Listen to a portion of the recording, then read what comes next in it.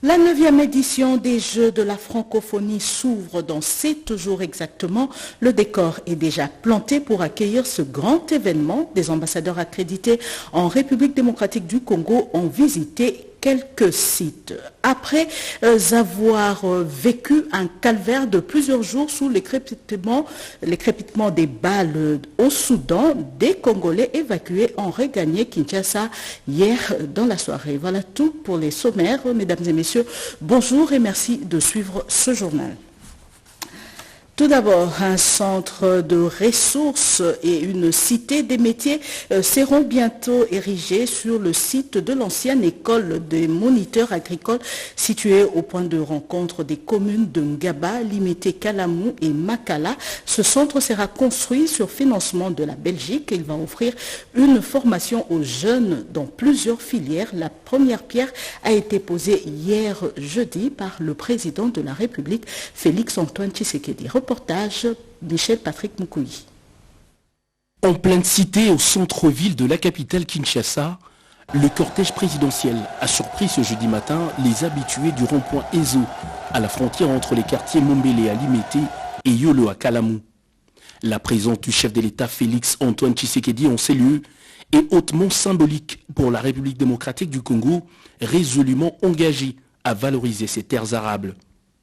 Une fois le décor de la cérémonie enlevé, cet espace va se transformer en un véritable chantier qui verra sortir de terre un centre de ressources dit Monsala et une cité de métiers.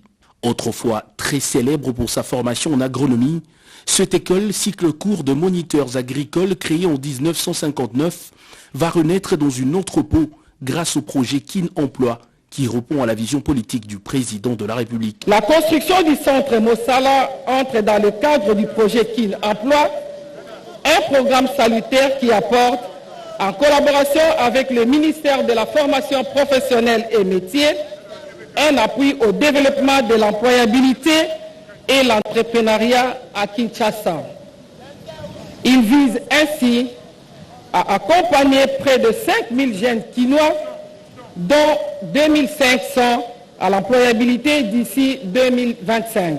Pour rendre plus pratique la formation dispensée, un dispositif pédagogique technique et numérique sera mis en place.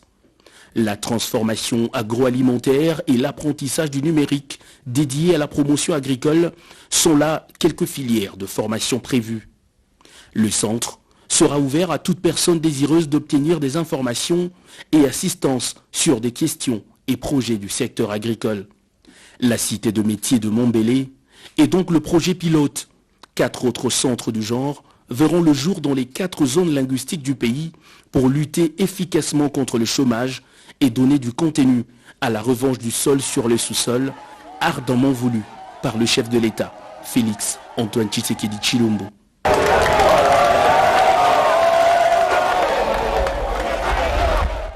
Ils veulent investir en République démocratique du Congo. Une délégation des hommes d'affaires venus de l'Arabie Saoudite ont été reçus par le président de la République, occasion pour aussi de solliciter le soutien de la RDC à la candidature de l'Arabie Saoudite à l'élection du grand événement de l'Expo universelle 2030 prévu au mois de novembre à Paris. Reportage.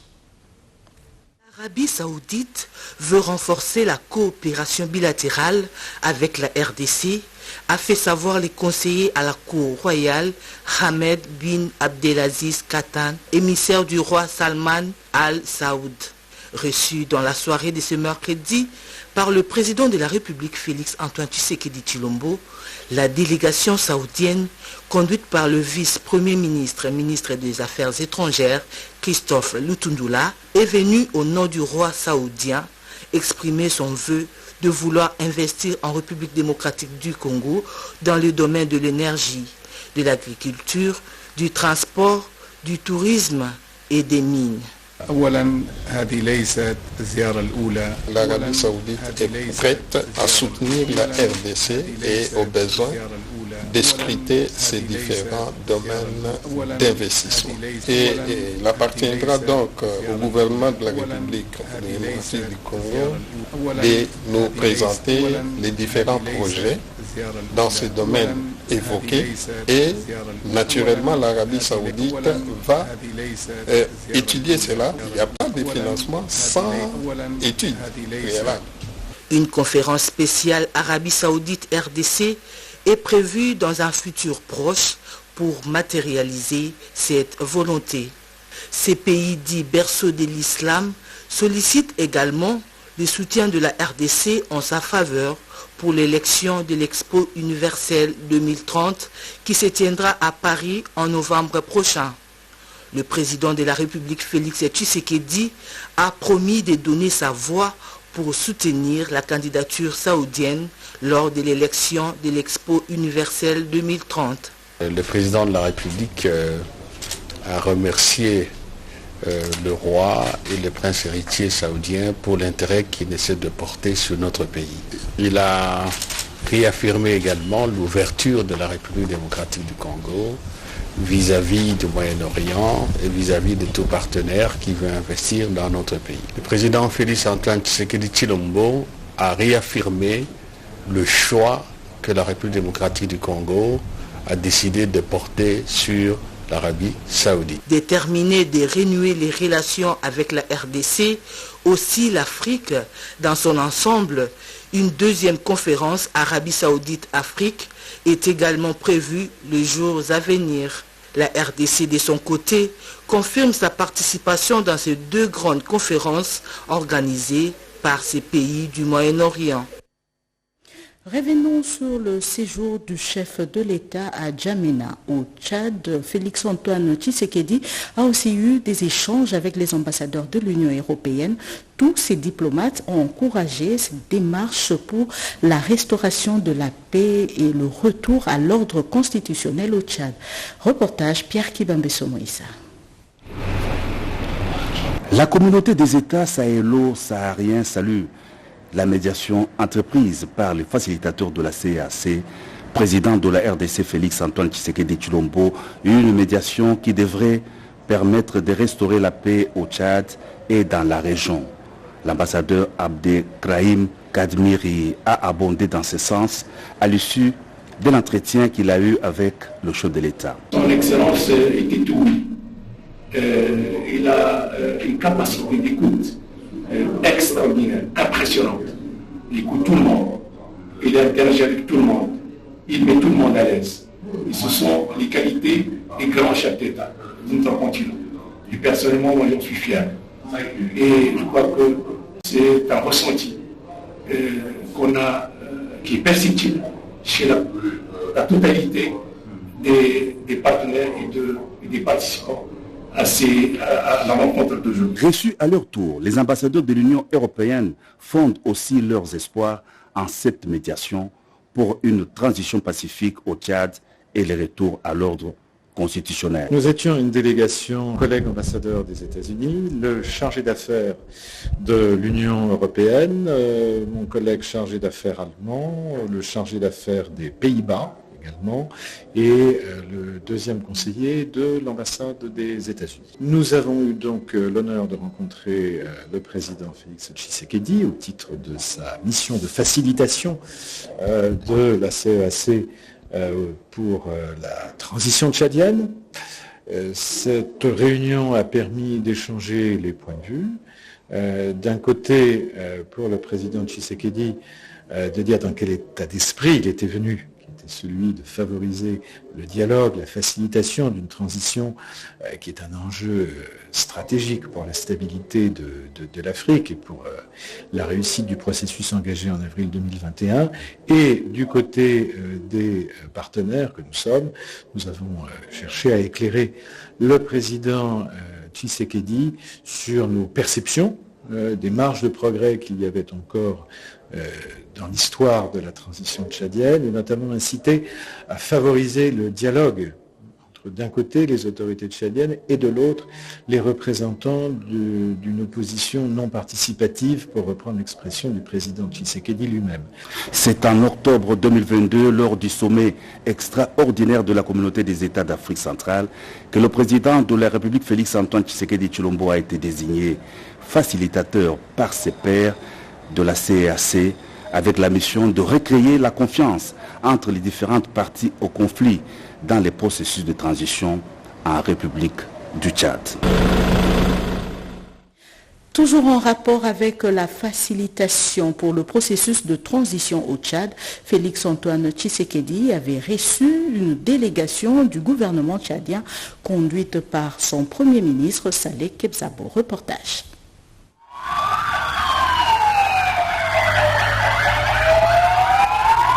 C'est par une séance de travail avec le Premier ministre et des membres du gouvernement que le président de la République a clôturé ses consultations avec les forces vives du Tchad dans le cadre de sa mission de facilitateur du processus de transition dans ces pays. Le Premier ministre Saleh Kebzabo a apprécié à sa juste valeur la mission des facilitations que mène le chef de l'État Félix-Antoine Tshisekedi Tshilombo, mission lui confiée par la communauté des États d'Afrique centrale. De ce qu'il a fait jusqu'ici, nous pouvons dire que nous apprécions le travail du président en tant que facilitateur de la CEAC. C'est aussi peut-être rapidement le lieu de dire que la CEAC, dans des conditions souvent pas très faciles, a diligenter une enquête ici, une commission d'enquête, et a rendu un travail qui est important, un travail qui est excellent. Le rapport de la CEAC, que le président nous a rappelé aussi, va être une des boussoles qui va nous permettre de continuer inlassablement notre travail d'unité et de rassemblement pour que dans le cadre de cette transition que nous a donné le dialogue, nous puissions faire notre travail convenablement pour par les différentes phases électorales, dont le référendum qui arrive dans les semaines qui viennent, rétablir l'état du droit, l'état du droit constitutionnel dans notre pays. Le Premier ministre tchadien a rassuré que son gouvernement, sous la haute direction du président Mahamat, travaille en mettant en avant des intérêts du peuple dans l'inclusivité, tenant compte de toutes les tendances, ce qui cadre avec les conseils du facilitateur, a renchéri le Premier ministre Saleh. Autre chose à présent, nous tendons vers la mise en place d'autres instances de règlement de différends entre les États membres de la SADC. La réunion annuelle des ministres de la Justice s'est tenue hier à Kinshasa et c'est le Premier ministre Jean-Michel Sama Lukonde Kyenge qui a ouvert les travaux. Reportage. Le ministre en charge de la justice des pays membres de la communauté de développement de l'Afrique australe SADC en réunion annuelle à Kinshasa. Lancé par le Premier ministre Jean-Michel Sama Lukonde Kyenge, ces assises vont s'atteler, entre autres, sur les progrès réalisés dans l'application des décisions de la dernière rencontre tenue au Malawi et la mise en place d'autres instances de règlement des différends entre les pays membres. La résolution pacifique des différends est un pilier fondamental de la stabilité et de l'unité régionale, a soutenu le chef du gouvernement. Il est d'autant plus regrettable de constater que notre pays, notamment sa partie orientale, souffre des conséquences des actes belliqueux d'un voisin bien identifié, le Rwanda, pour ne pas le citer, qui, malgré les bonnes intentions affichées par son Excellence Félix-Antoine Tshisekedi Tshilombo, président de la République et chef de l'État, n'a pas hésité à nous agresser directement et sous couvert de ce supplétif du M23. Cette guerre injuste a causé d'innombrables atrocités. Le gouvernement de mon pays reste très marqué par l'appui et la solidarité dont il a toujours bénéficié de la SADC, comme c'est le cas encore aujourd'hui et présent. En outre, Jean-Michel Sama Lukonde Kyenge a déploré l'agression rwandaise dans la partie est de la République démocratique du Congo.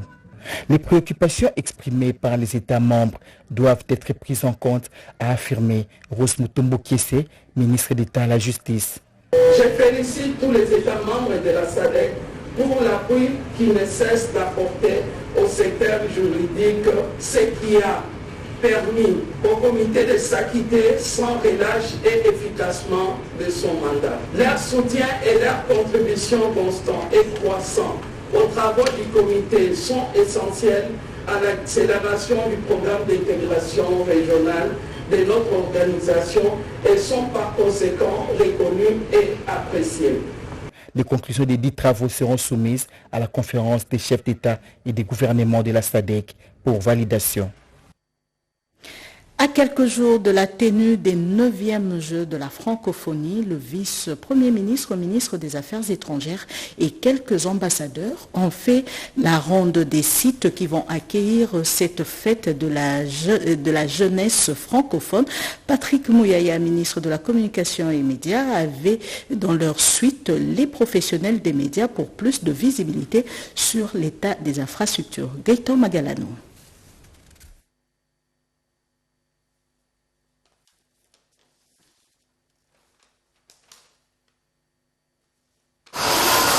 La délégation de chevaliers de la plume, du micro et de la caméra est partie du stade de Martyrs en passant par le stade Tata Raphaël pour chuter à l'université de Kinshasa où de nouveaux bâtiments sont sortis de terre. Occasion aussi de mettre en lumière le travaux de titans abattus par de compatriotes et leur entreprise.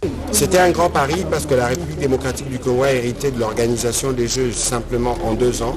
Et donc tout ce que vous avez pu voir, que ce soit au stade de Martyrs, au stade Tata Raphaël ou à l'Unikin, et nous espérons que les athlètes qui viendront pourront être bien accueillis et que les Jeux pourront être organisés dans des conditions modernes. Certains sites ont connu du retard. C'est le cas notamment du stade de Martyrs de la Pentecôte où de travaux de réflexion ont été entamés à la demande de la Fédération française de cyclisme. Il était également question d'adapter les conditions de participation à cette compétition aux standards internationaux. Nous considérons qu'à ce stade, l'essentiel est fait. Nous attendons les Jeux et pour le reste, nous serons plutôt contents pour nos différents jeunes qui pourront participer à des compétitions sportives ou se préparer pour des grandes compétitions dans des conditions modernes. Et la RDC pourra être heureuse de recevoir des compétitions internationales pour toutes les disciplines qui sont concernées par les Jeux de la francophonie. En croire le ministre de la Communication et Médias, porte-parole du gouvernement, la RDC hérite de l'organisation de la 9e édition de Jeux de la francophonie beaucoup d'infrastructures, notamment la construction du gymnase jumelé, la réhabilitation du terrain annexe du stade de Martyrs. Il en est de même du stade Tata Raphaël, sans compter l'Unikin et autres bâtiments sortis de terre. Nous l'avons dit au sommaire de ce journal, 21 Congolais évacués du Soudan où ils ont passé plusieurs jours sous les crépitements des balles ont regagné Kinshasa hier à bord d'un régulier d'Ethiopian Airlines, ce après négociation par le biais du ministère des Affaires étrangères à travers l'ambassade de la RDC au Caire en Égypte. Autre détail avec Doris Mozotambwe. Ils ont fait un parcours qu'on ne peut souhaiter à personne. Ces Congolais viennent du Soudan, 19 adultes et 2 enfants. Pris entre 2 feux de 2 frères ennemis, sortir vivants, relevés d'un parcours de combattants. La République démocratique du Congo, à travers le vice-premier ministre, ministre des Affaires étrangères et francophonie, Christophe Lutundu Palapena Pala, a mis tout en œuvre pour sortir ses compatriotes de l'enfer soudanais. Ils seront conduits au cabinet du ministre des Affaires sociales et Actions humanitaires. Et c'est là où les dispositions pour leur départ vers les adresses finales seront prises. Par l'entremise de notre ambassadeur au Caire, Kassongo Moussenga Jean-Baptiste, des négociations ont été menées à la frontière soudano-égyptienne pour le transit au Caire avant d'atteindre Kinshasa. Vraiment, il y avait beaucoup de difficultés pour quitter le Khartoum pour entrer dans l'Égypte. C'était vraiment très difficile pour nous. Mais à l'effort de notre gouvernement, sa collaboration avec les autorités égyptiennes, vraiment, c'était vraiment beaucoup très facile pour nous. J'aimerais d'abord remercier notre président de la République démocratique du Congo pour ces instructions, que notre évacuation soit faite. Encore, je remercie le vice-premier ministre des Affaires étrangères pour avoir collaboré avec le gouvernement égyptien pour notre transport jusqu'en arrivant ici au Congo. Le directeur de cabinet adjoint du vice-premier ministre, ministre des Affaires étrangères et francophonie, Bernard Pechiwoto, a fait le déplacement de l'aéroport international de Ndjili pour assister personnellement au retour de ce 21 Congolais sur la terre de leurs ancêtres. C'est ici l'occasion de rappeler la nécessité de signaler sa présence à l'ambassade de la RDC une fois à l'étranger. Le rajeunissement qualitatif de l'administration publique, un facteur essentiel pour plus d'efficacité. Le vice-premier ministre, ministre de la fonction publique, Jean-Pierre Liao, a procédé hier au lancement de recrutement de la 9e promotion de l'École nationale d'administration. Nadine Kilocho, Cédric Kenina pour le reportage. Après la mise à la retraite de plusieurs agents publics de l'État, ces chevronnés partis ou en train de partir doivent être remplacés d'une manière qualitative, compétitive, telle que voulue par le chef de l'État, Félix-Antoine Tshisekedi Tshilombo, sous la coordination du Premier ministre, chef du gouvernement. Et dans l'optique de poursuivre ce processus, le vice-premier ministre, ministre en charge de la fonction publique, Jean-Pierre Liao, a procédé au lancement du recrutement de la 9e promotion des élèves de l'École nationale d'administration et Nancy. L'objectif poursuivi est d'abolir le régime de privilèges en offrant leur chance à tous les jeunes où qu'ils se trouvent. Comme pour toutes les autres promotions passées, le processus de recrutement que je lance ce jour débouchera évidemment sur un concours qui sera organisé le même jour à Kinshasa et dans les autres provinces. C'est aussi en cela que réside l'équité et les principes d'égalité. Pour le VPM, investir dans la formation, le perfectionnement et le recrutement compétitif de jeunes universitaires est une voie vers l'amélioration des capacités de l'administration publique pour bâtir un avenir prospère pour la RDC. Rajeunissement qualitatif et compétitif, et parce que certains profils doivent être exigés pour le recrutement au sein de l'administration publique. L'objectif est d'abolir les régimes de privilèges en offrant leur chance à tous les jeunes, d'où qu'ils se trouvent à Kinshasa comme en province. L'agent public de demain doit en effet posséder un background nécessaire et des connaissances requises pouvant lui permettre d'être véritablement utile à l'État. Le lancement du début du processus du dépôt des candidatures pour le recrutement des futurs élèves de l'ENA est effectif et les personnes intéressées devront se rendre sur les sites de l'ENA www.ena.cd pour suivre les modalités pratiques. Cet avis sera également publié sur le portail officiel de la fonction publique ainsi que par tout autre moyen de communication. Le projet de construction de la centrale hydroélectrique de Katende, ce sujet a fait l'objet dernièrement de l'interpellation du ministre des Ressources hydrauliques à la Chambre haute du Parlement. Et c'est dans ce cadre que le sénateur Denis Kambayi a eu des échanges avec le ministre Olivier Mointre-Kaleng. Reportage Marie Kalong.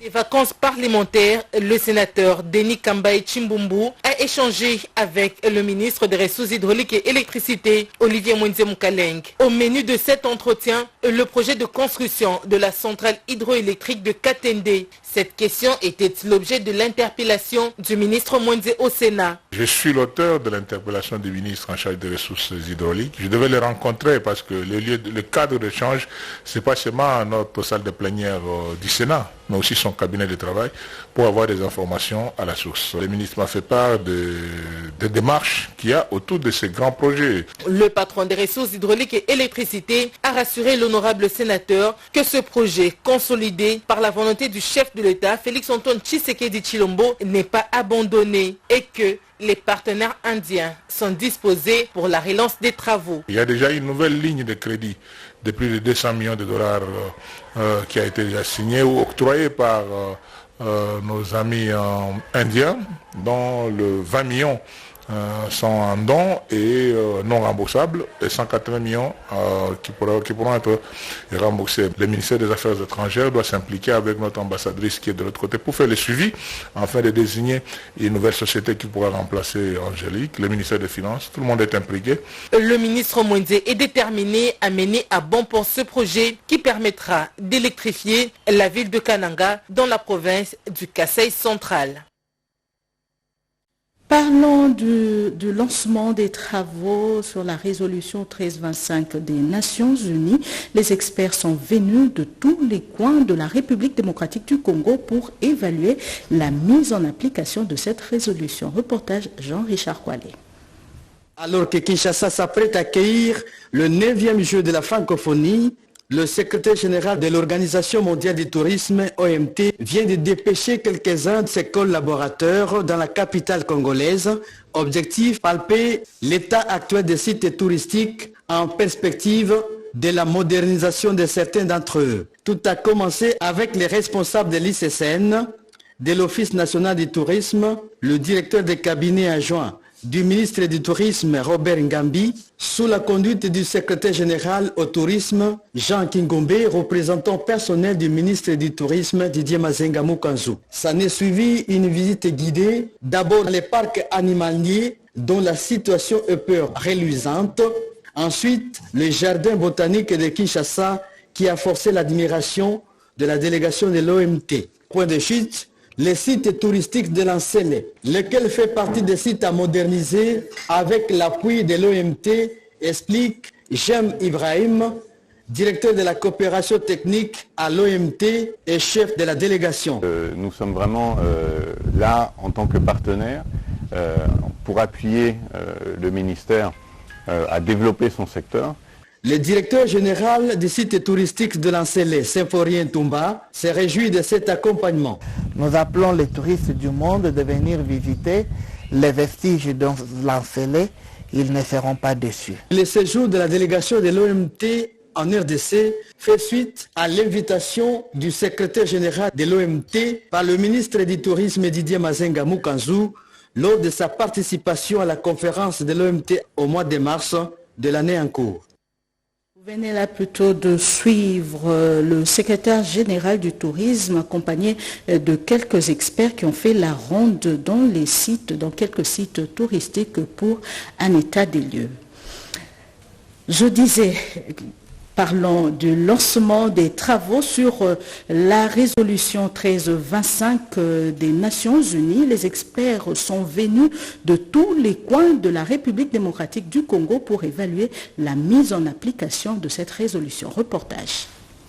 Mardi 18 juillet 2023, un atelier de renforcement de capacité des membres du secrétariat national permanent de la coordination et du suivi de la mise en œuvre de la résolution 1325 du Conseil de sécurité des Nations Unies sur les femmes, la paix et la sécurité en RDC a été lancé à Kinshasa le mardi 18 juillet 2023 par la ministre du Genre, Famille et Enfants, Mireille Massango Bibi Mouloko, tout en remerciant le chef de l'État et le Premier ministre, a circonscrit la quintessence de résolution 1325 des Nations Unies en faveur de la République démocratique du Congo.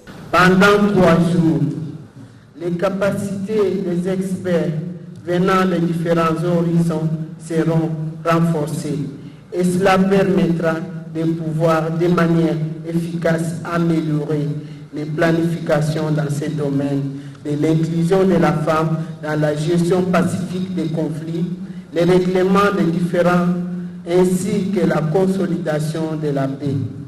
Cette formation de 3 jours, soit du 18 au 21 juillet, va permettre aux différents experts du secrétariat national permanent de pouvoir améliorer efficacement la qualité de la mise en œuvre du plan d'action national de la résolution 1325 du Conseil de sécurité des Nations Unies sur les femmes, la paix et la sécurité. Pour sa part, la représentante adjointe de l'ONU Femmes en RDC s'est félicitée de cette initiative et des efforts déjà menés par les Nations Unies en faveur des femmes, paix et sécurité en RDC. La résolution 1325 du Conseil de sécurité des Nations Unies vise à l'émergence de la femme et promotion de la paix et sécurité à travers le monde et à travers la RDC, où une représentation travaille au pays. Fin de ce journal réalisé par Pécho Mubengaya Kassongo, Papingi Namao, Mamita Bongolu. La partie technique était assurée par Henri Alimassi, Émile Zola, Guila Moukoko, Maurice Mbewa, Alain Galia. Retrouvez à 13h30 Emendaya pour le prochain journal. Très bonne suite de programme sur la RTNC.